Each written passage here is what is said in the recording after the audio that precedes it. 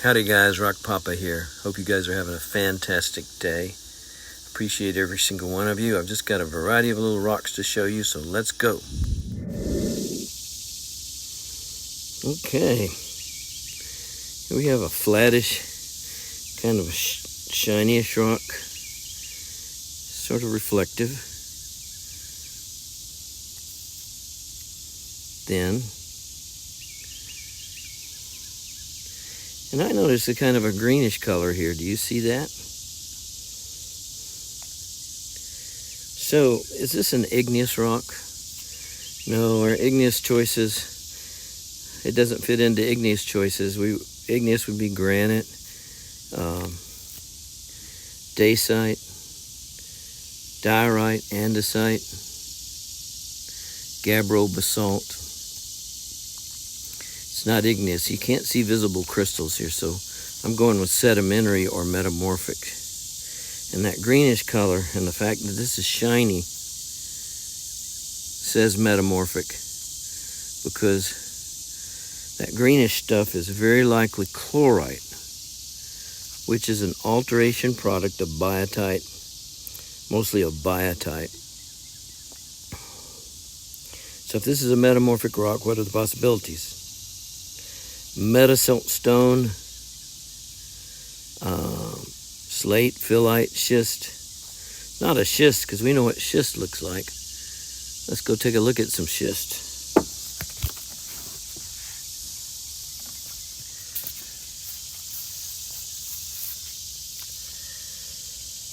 Schist is very sparkly, very shiny, very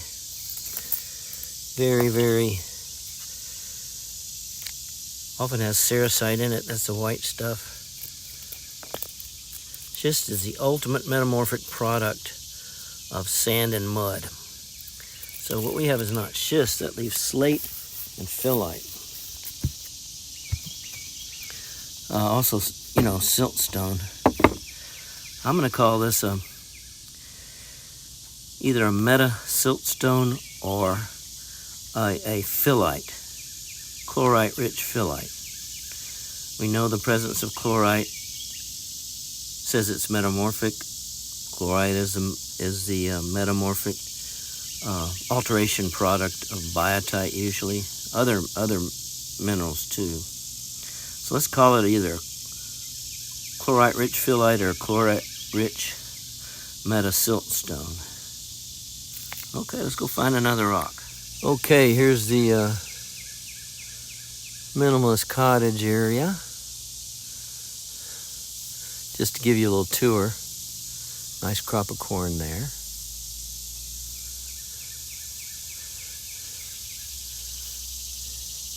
There's the rock piles that we've been looking at. There's the cottage.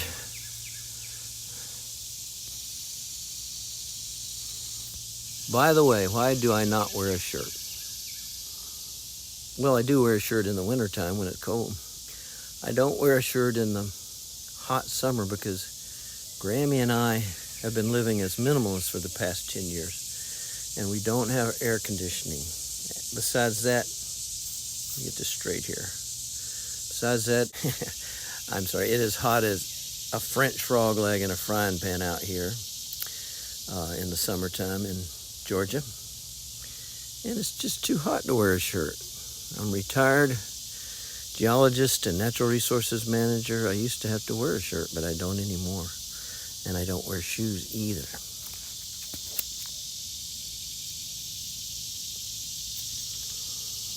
Everyone should be so lucky as to be able to live their life without wearing a shirt and shoes if they like.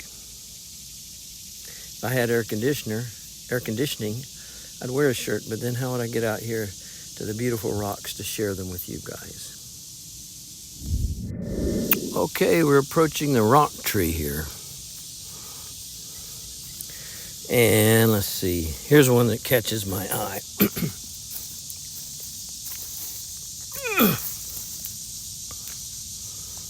Look at this guy. Can you see mineral crystals? No, you can't. It's pretty consistent as to texture. If you could see sand grains, which you can't, individual sand grains, you call it a sandstone, but it's not. If it had this kind of a glassy look where the sand grains were welded together, you call it a quartzite, but it's not got that, so it's not a quartzite. But it is felsic in composition. That means it's got a lot of quartz and feldspar in it. So what are the other choices? Well, there's only one that I can think of, and that's Felsic tuff blown out of a volcano, a stratovolcano, and that's what this is. This is Felsic tuff from the Carolina superterrain, geologic terrain that was erupted out of a volcanic island chain when ocean crust subducted beneath ocean crust during the Akkadian orogeny, which happened about 370 million years ago during the Devonian period. It's a nice piece, really is. So we have Felsic tuff. Okay, here's an easy peasy. The first thing I notice, it's got stripes. That's metamorphic banding. This is a metamorphic rock. Next thing I notice is it's got black stuff, which is biotite. It's got kind of a pinkish sort of stuff. If it was cleaner, it'd be more pinky. That would be potassium feldspar.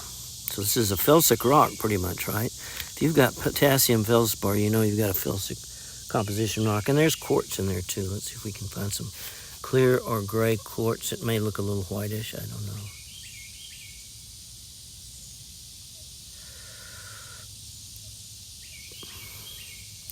So what would you call this?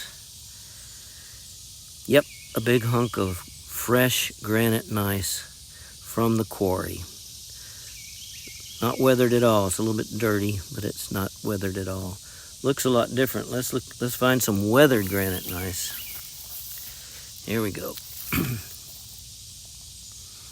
This is pretty weathered granite gneiss. This is Corbin granite gneiss, also called Old Rag granite gneiss up in Virginia. And it is part of the associated with the rifting of Rodinia supercontinent between 750 and 550 million years ago. And look at this cool feldspar in here. Yeah, there's also blue quartz in here, although you can't see it.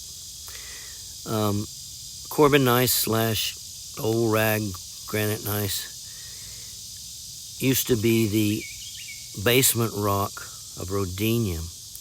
And when Rodinia began to rift apart, the basement rock rifted into high spots called horsts and low spots called grabens or basins. Those are German terms. And this was part of one of the horsts, as far as we can tell. Corbin. Also, why don't I do official heavy-duty videos like I used to, and like maybe Geo Girl does? Why do I just walk around without a shirt and oftentimes without a tripod, although I have a very short one today?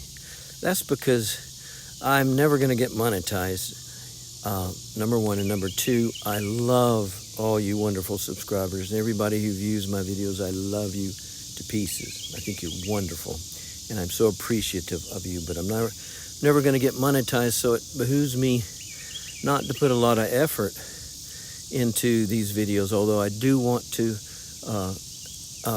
facilitate the transfer of good information to you.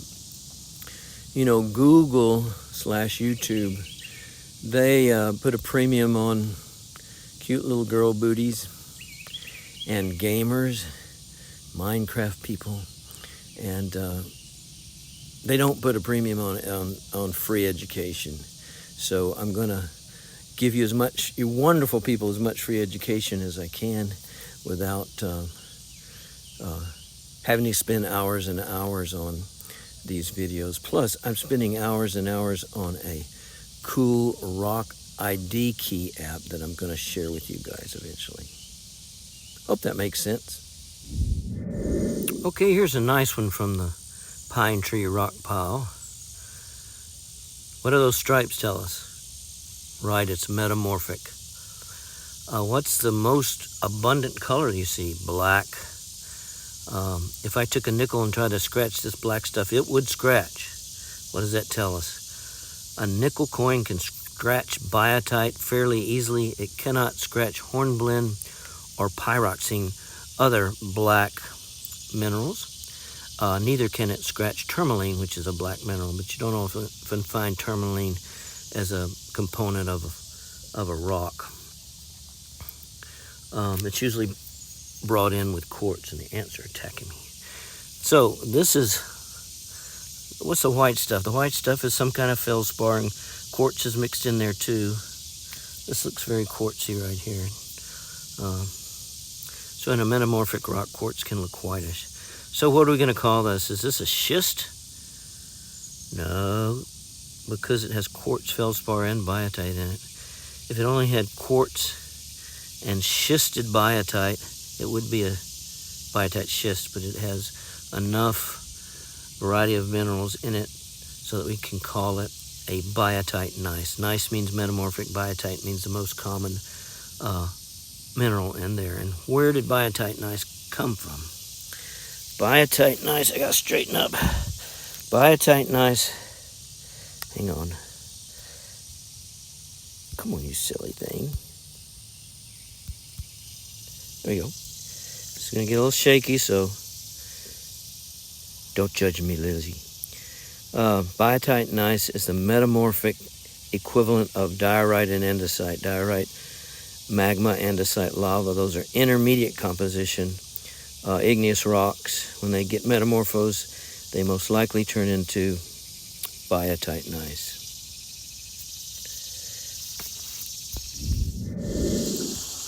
Okay, you most excellent rock buds. This is your nearly naked rock papa saying happy rock hunting to you guys, and stay cool. Papa out.